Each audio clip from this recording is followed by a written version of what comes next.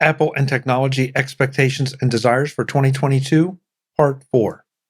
This is MacVoices. This edition of MacVoices is supported by TextExpander by Smile, the makers of world-class software. Visit textexpander.com/podcast to learn more and download your free demo. Welcome to MacVoices. This is the talk of the Apple community, and I'm Chuck Joyner. Folks, this is part 4 in a 4-part MacVoices Live discussion, our final MacVoices Live discussion of 2021. This time around, we wrap up the Windows-on-macOS discussion, as if it ever wraps up. We talk more about Apple's release schedule, their hardware release schedule, and why they're kind of a slave to it at this point, and why people are thinking differently about iPhones and their release schedule as opposed to computers and Macs and their release schedule, and more. So let's go back and let the panel do the talking.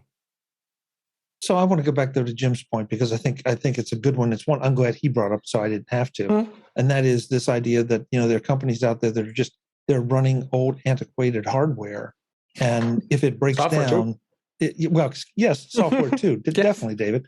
I was talking about software. Yeah. So I mean, how many Windows machines are out there still running XP? Oh, a lot. A lot. 95. Especially 95. Yes, 95. Right. Yes, right. Especially in the medical field. Yeah, and how many? Shoot, I lost it. How many companies still? Excuse me. How many websites of financial institutions, along with other people, require that you use Internet Explorer? And if you call them up and say, no, now it's Chrome. It's Edge and Chrome. Well, nobody requires Internet Explorer anymore. Not anymore. It's not even supported. You can't even run it on modern Windows systems. Which is kind of my point, Jim. Right. So nobody, you can't. I think the percent is low. I mean, it's getting lower and lower as time progresses. It is getting lower and lower. But that's sort of my point. That Apple made some decisions to cut loose some things, and the Windows side just drags them on. And listen, there are plenty of Mac people. I mean, anybody who's been in a user group knows that there's a faction that is unfortunately sorry, but it's the driver's license don't lie. They're dying out, but they say, I'm fine running AppleWorks. Okay, good. That's great.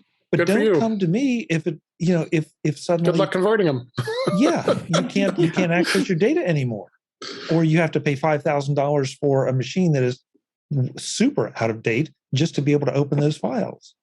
I guess I almost feel like there are times that some of these entities need to be pushed forward.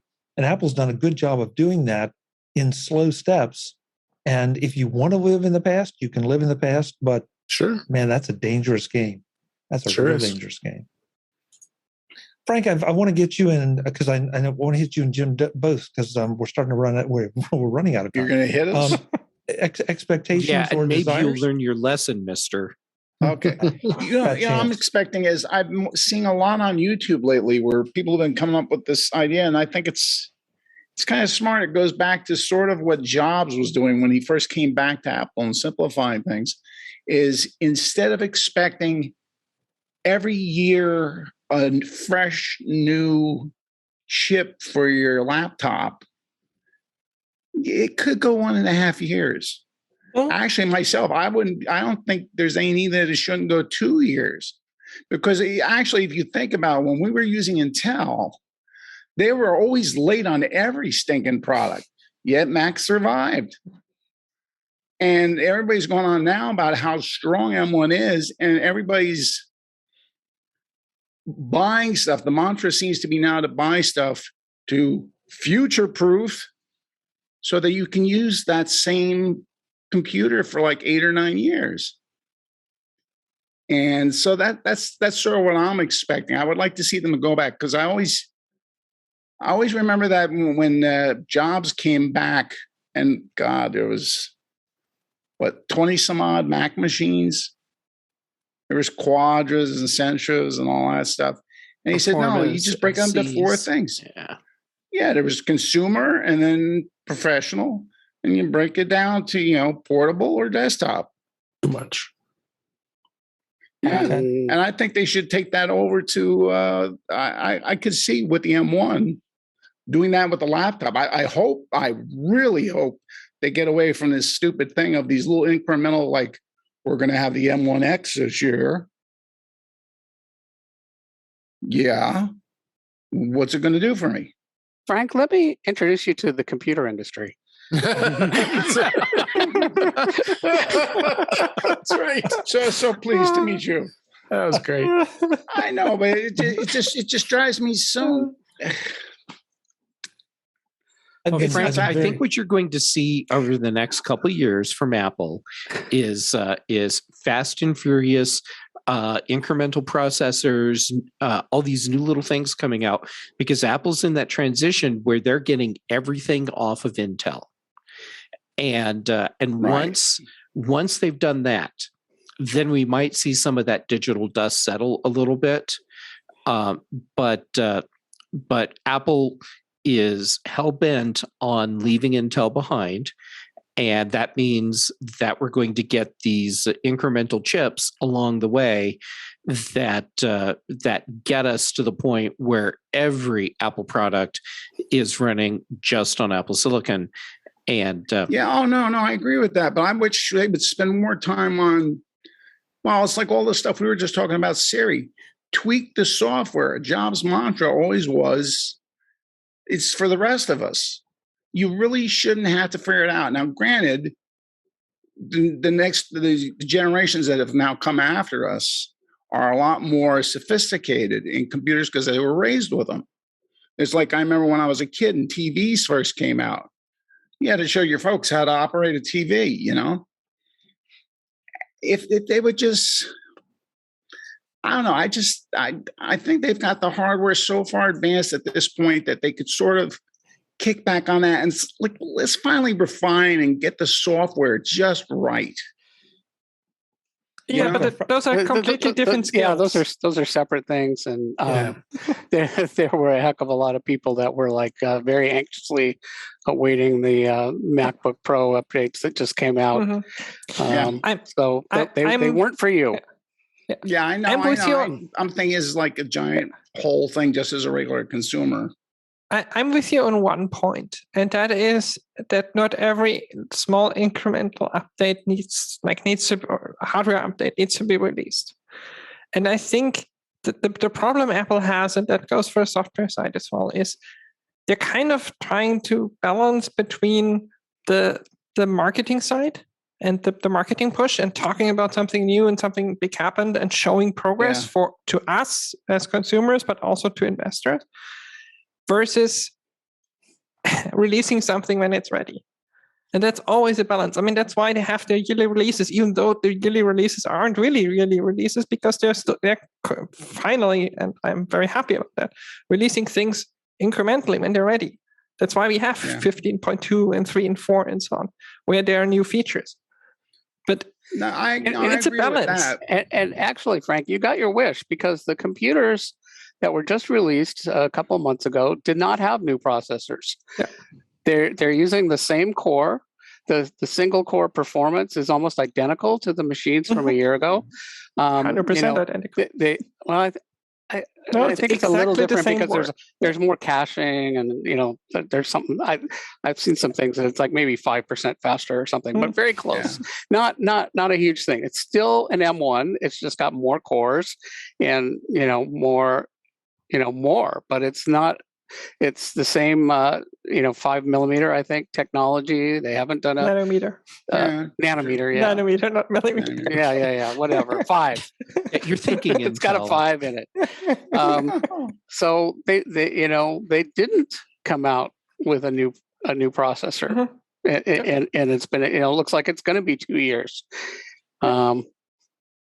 This is just a word that's going through the community now. It's like. Well, maybe every 1.5 years.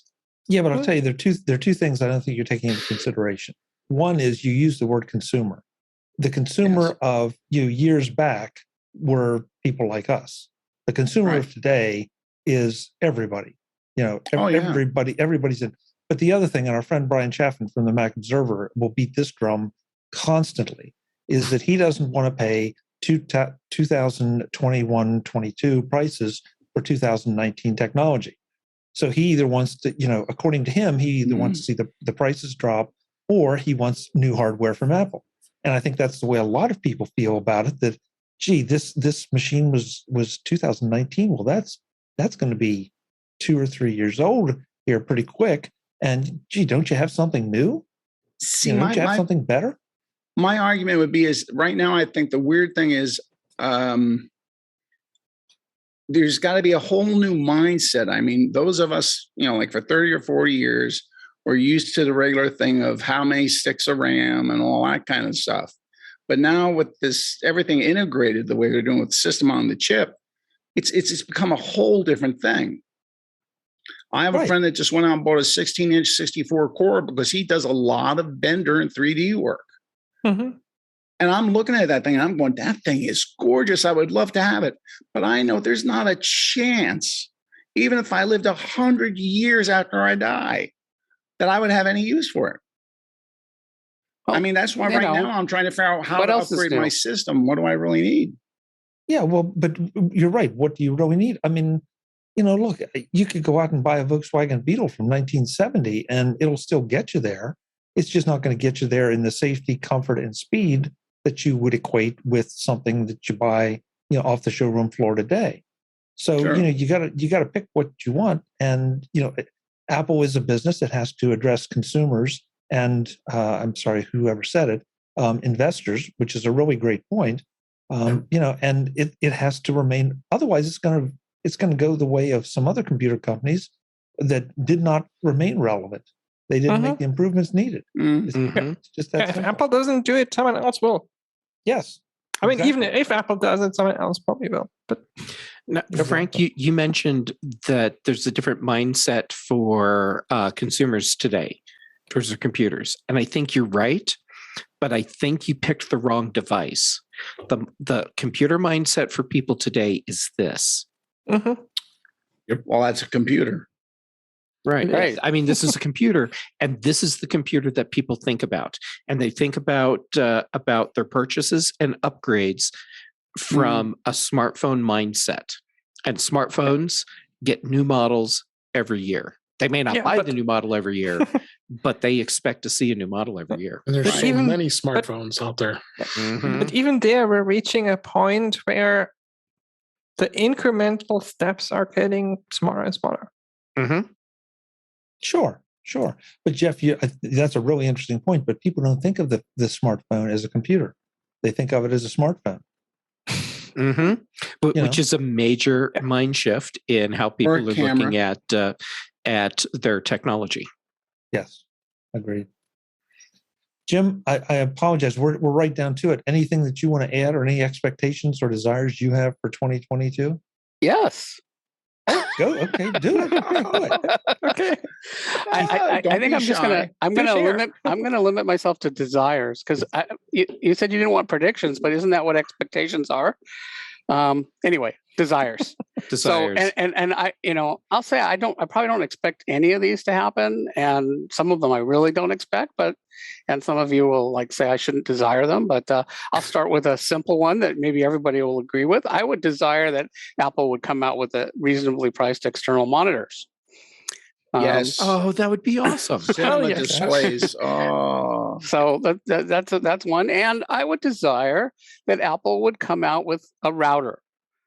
I would like to buy a router from Apple. They're out of that business. I know they're out of that business. We're not talking about expectations. We're talking about desires. Can I build on that desire? I would love to see that router. It's also your HomeKit bridge. And it has network storage for you as well. Yes. Yeah. And it has your media storage. Yes. Exactly. I would love that. Yes. Yeah. I mean, it's a thread router. Yes. I mean, kind of take the Apple TV or take the HomePod and put a couple of ports on it, and you have Okay, that makes a lot of sense. I mean, Apple was in that business for a long time, and they abandoned it. So you just will they come back? Is the question. Okay, now I'm going to get really crazy, and everyone's going to really jump down my throat. And remember, I do not expect this ever, but I would like it. I would like them to bring the touch bar back and make it work right. Oh, geez. I'll send you a bar. I'm with you on that. I'm with you on that was one. brilliant. Exactly. And Apple screwed it over. They screwed the pooch. Yeah, it's another one of those things they started and never finished. Yep. They put it in Exactly. and then basically never did anything. Exactly. Yeah, And but did a lot of, I think I've asked Jim before, did a lot of coders buy into doing anything with the touch bar?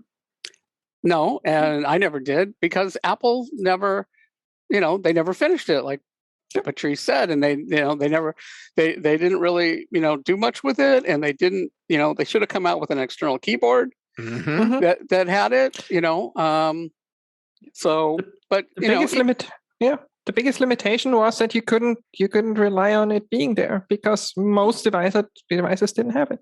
Right. So why code for it? Exactly. Yeah, that was the big problem. And customers didn't, demand it. But I did see some, like, for example, the video editors, and you could scrub with the touch bar, and it's awesome. Scrubbing with the touch bar is awesome. I still prefer the media controls on the touch bar over the buttons. That's right. Everybody talk about is volume control. The flip side of that is I've been using keyboards with hardware function keys since around 1980. So what, 40 years? I've never used function keys. It's just a waste of space. Yes. So all these people that are like, oh yay, function keys. Like, really? Are you actually pressing those keys? Because I never press them. No, I think what people really wanted were the media keys, not function keys. I don't know. That's my guess. Anyway, I'm with you. I do not use function keys. Yep. Today's edition of Mac Voices is supported by Smile, the makers of Text Expander, a world-class productivity utility. Text Expander is the utility that lets you type just a few keystrokes to insert words, phrases, sentences, paragraphs, and more into whatever application you happen to be using. You can probably imagine how this can make you more efficient, but I want to remind you of one particular use case, and that is real-time online communications. If you are hosting a Zoom, Teams, or other online meeting, creating some simple snippets that you will need makes you seem like an incredibly fast typist when you invoke them. But that's not all. Those snippets will be accurate each and every time, no matter how often you use them, no matter what program you use them in. And because of the speed of using Text Expander, you save everyone on the call time, and time is money. That's just one way that Text Expander can make you better, faster, and more accurate. Find out more and try out Text Expander for yourself at textexpander.com/podcast. That's textexpander.com/podcast to try out Text Expander, soon to be your favorite productivity utility. Thanks to Smile and Text Expander for their support of Mac Voices. Does anybody ever use the escape key? Sure, of course. A lot, yeah. Developers a lot. But I Okay, never developers, had. but I mean, does the average person use it for anything? If you have I resent that thread remark, conversations in I'm sorry, Messages Jim. app, you need the escape key. Jim, you're getting warmer, I hope. I took off my ski hat. Okay. There's a couple million people in Apple's developer program. So, but I never had any problem with using the touch bar escape. That didn't bother me at all. Didn't bother me either. Yeah, that works just fine. And I don't know. People were just like, what's the big deal? You just, And I mean, Apple even went back. Like they like shortened the touch bar and added the escape. So, and then I've got, for the really crazy, and I brought this up on the show before, and everybody's like, Jim, you're wrong. I want to run macOS on my iPad. So that's my other dream. So it's probably that's a whole other debate. That's a whole other debate. Everybody. I don't know why, but why not? Yeah, okay, why everybody, not? 3, 2, 1. Jim, you're wrong. Jim, you're wrong. You're wrong. Hands. And so those are my big things. But actually, I also as I put my developer hat on, and this sort of goes into something that Patrice has been hammering, that they don't finish things, and that's for sure, and they don't fix bugs, and you go on developer forums and developer Slacks, and they're like, oh, I submitted this bug 5 years ago, and they come out with release after release after release after release. Don't fix it. Don't fix it. Don't fix it. And documentation. Apple used to have incredible developer documentation, and now it sucks. It's terrible.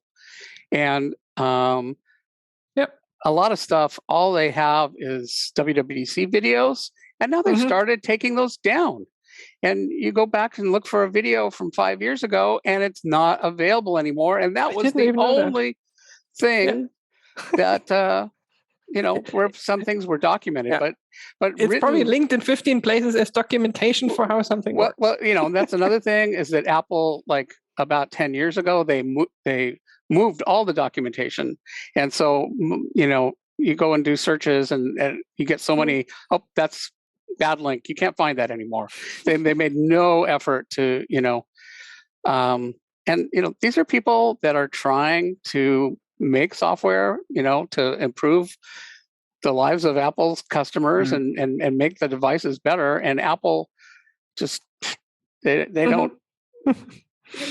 Yep. I'm right now dealing with a lot of Swift UI documentation, which should be really up to date, and it's not. Because it doesn't exist for it. No, it's I mean. There's a whole thriving, third party, because Apple doesn't, and, working with Apple APIs, it's like they have some fantastic APIs, but there's so much guessing and trial and error and error and error. And, and then, read about people trying to get stuff approved in the App Store and the weird, how Apple basically, it's basically abuse. We're all like, Jim, this is one place where Apple needs to learn from Microsoft. Yes, I agree. They document so well. Yeah, well, they do. I'll say Apple needs to learn from Apple of 2005. They used to have great documentation. And, fortunately, I've downloaded most of the PDF documentation, which a lot of it you can't find anymore. And they don't at all have, one thing they don't do is they used to have these great sort of overview things, like here's how to write an NS document based app and, multiple chapters that tie everything. And here's what our philosophy is and what we're thinking about. And they don't do that anymore. In fact, they've removed some of the stuff that existed, but especially for new stuff, they just have like very minimal documentation on specific, reference APIs. It's sort of like they give you a dictionary, but they don't give you a textbook. Does that make sense? Yep. Yes. They used to write textbooks. Now they just, here's a dictionary. That's all you need. All the words are in the dictionary. Just look them up. That's all you need. And that's how Apple approaches documentation. And it's good for looking up. But well, not always. Sometimes the dictionary definitions are very, like, oh, well, I get a whole 2 sentences. Thank you so much. True. The ones that are the best, that is so generous are the of ones you. That are circular. Yes. Where you read what they've written, it's like it references itself, and I still have no idea. And sometimes you can get more information out of the header files. But this is a multi-trillion-dollar company. This is not like it's just a question of they don't think it's important to put any resources towards. They could spend a tiny portion of their treasure and solve this completely, but they don't think they need to. I'm not so sure it would be a tiny portion, but of their treasure. Apple? Yeah, okay, of their treasure, yeah. I mean, given how many developers they have, the team would still be pretty significant size-wise. Right, but it's still not a lot. But for the size of Apple,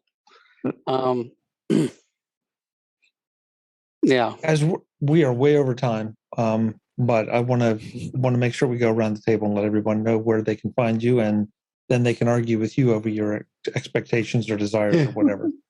Because I'm sure that there have been some controversial things here tonight. And frankly, there's one request I'd like to make of everyone, and that is, I'd like to know how you guys are using Siri, and how do you find them, especially in relation to the music stuff. Because that is an open question in my mind as to how well this voice plan will work. So, do you ask for artists? Do you ask, like Jeff, for genre? Do you ask for album? Do you just ask for track? How are you using Siri or Apple Music, and how do you find it? So let's, God! And why can't we use shortcuts to set up stuff through music? Mm-hmm. Or okay. You can't even do multi-room AirPlay with shortcuts. Why don't shortcuts work? Why don't shortcuts work? Frank, I would take your point as I wish they wouldn't do operating system releases every year. I think they should stretch that to like 2 years. We're about to go to the third hour. Totally disagree. Yeah, they shouldn't do every year. They should be every 2 months. Oh, here we go. Every 2 months? Yeah. Get in your respective corners. Yeah. All right. Let's Not get when the out bell of here. rings. Let's get out of here. David Ginsburg, thank you for being here. Thank you for being here, not only tonight, but throughout 2021. It's been a weird year. It's always Tuesday nights are the best, and you're one of the reasons. Thank you for being here. Oh, thank you so much. Where can we find you? I'm always thrilled to be here, Chuck, and thanks always for having me. You find me at In Touch with iOS at intouchwithios.com. Actually, we have a year-end show coming up this Thursday. We're recording with both Jeff and Patrice. I can't wait. It's going to be a lot of fun. You can find us on my YouTube channel at youtube.com/DaveG65. I'm on the Mac Show when that comes back next year, and on Bridge Tech Network, and as well as you can find me on Twitter at DaveG65. Happy New Year to everybody. I love your shirt, David. Thanks. Yes.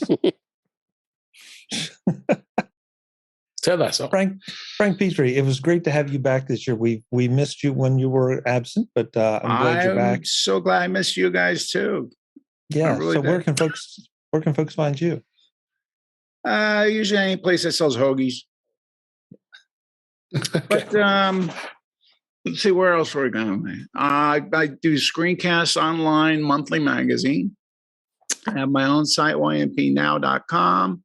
I'm on the tweets at fpetrie, and on Instagram, if anybody's loony enough to waste their time on that, at PHRANKY. And I would like to say Happy New Year to everybody. I hope you have a wonderful time. Thank you, Frank. Good to have you back. Happy New Year. I'm glad to be back. Jeff Gamet, you're the one that makes me nervous every Tuesday night because I never know what's going to come out of your mouth. I think you secretly love it. I think I secretly do too, but it still makes me nervous. Okay, fair enough. So, yeah. Where can folks find you? You can find me on Twitter and Instagram. I'm Jay Gamet on both. My YouTube videos are at youtube.com/jgamet. And let's see. That's right. This Thursday, In Touch with iOS.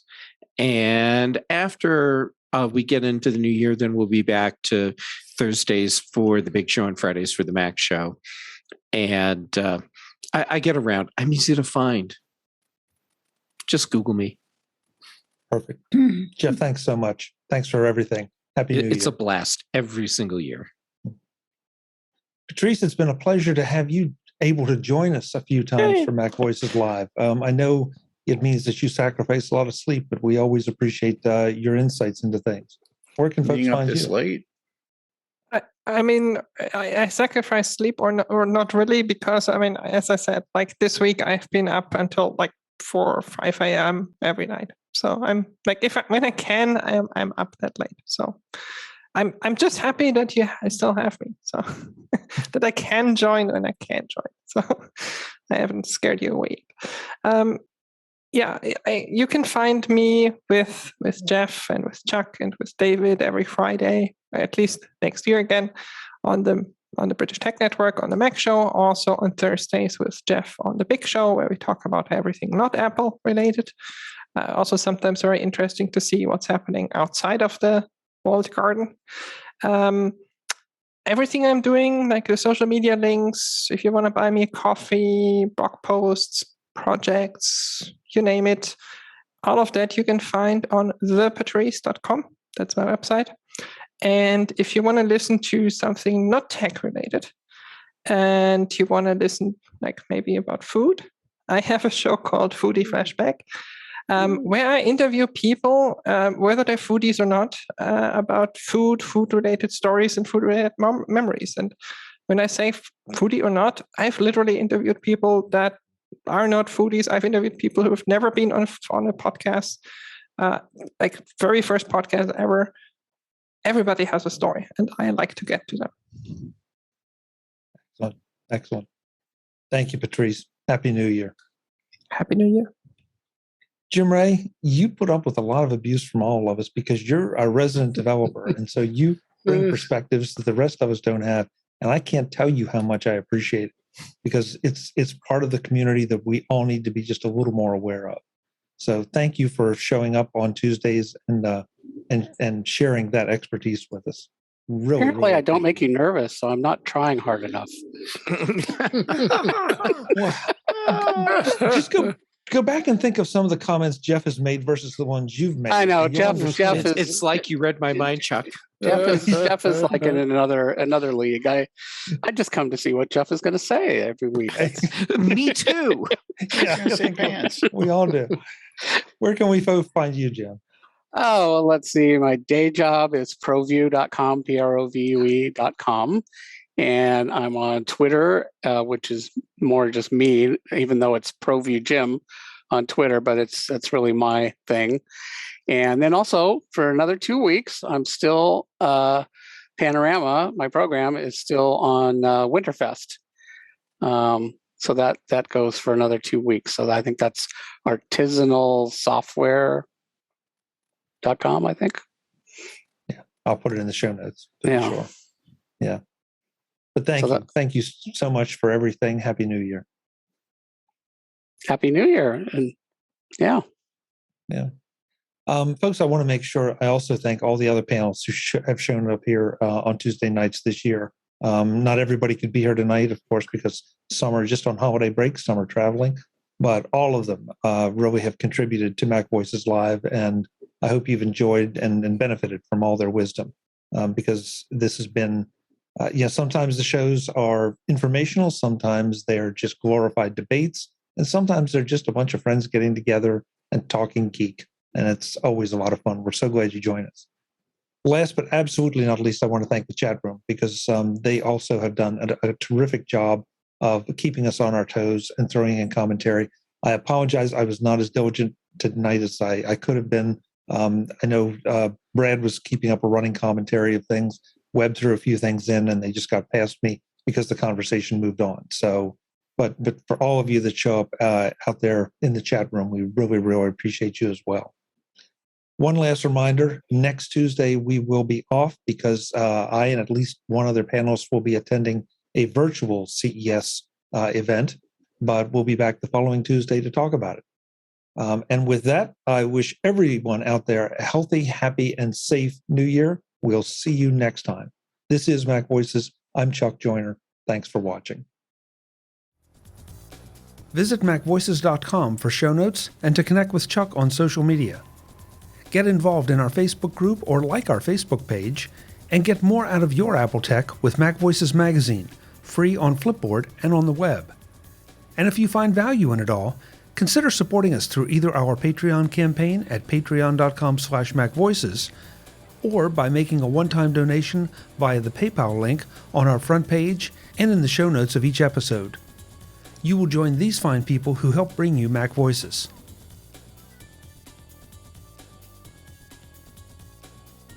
Advertising handled by Backbeat Media at backbeatmedia.com. Bandwidth provided by CacheFly at cachefly.com.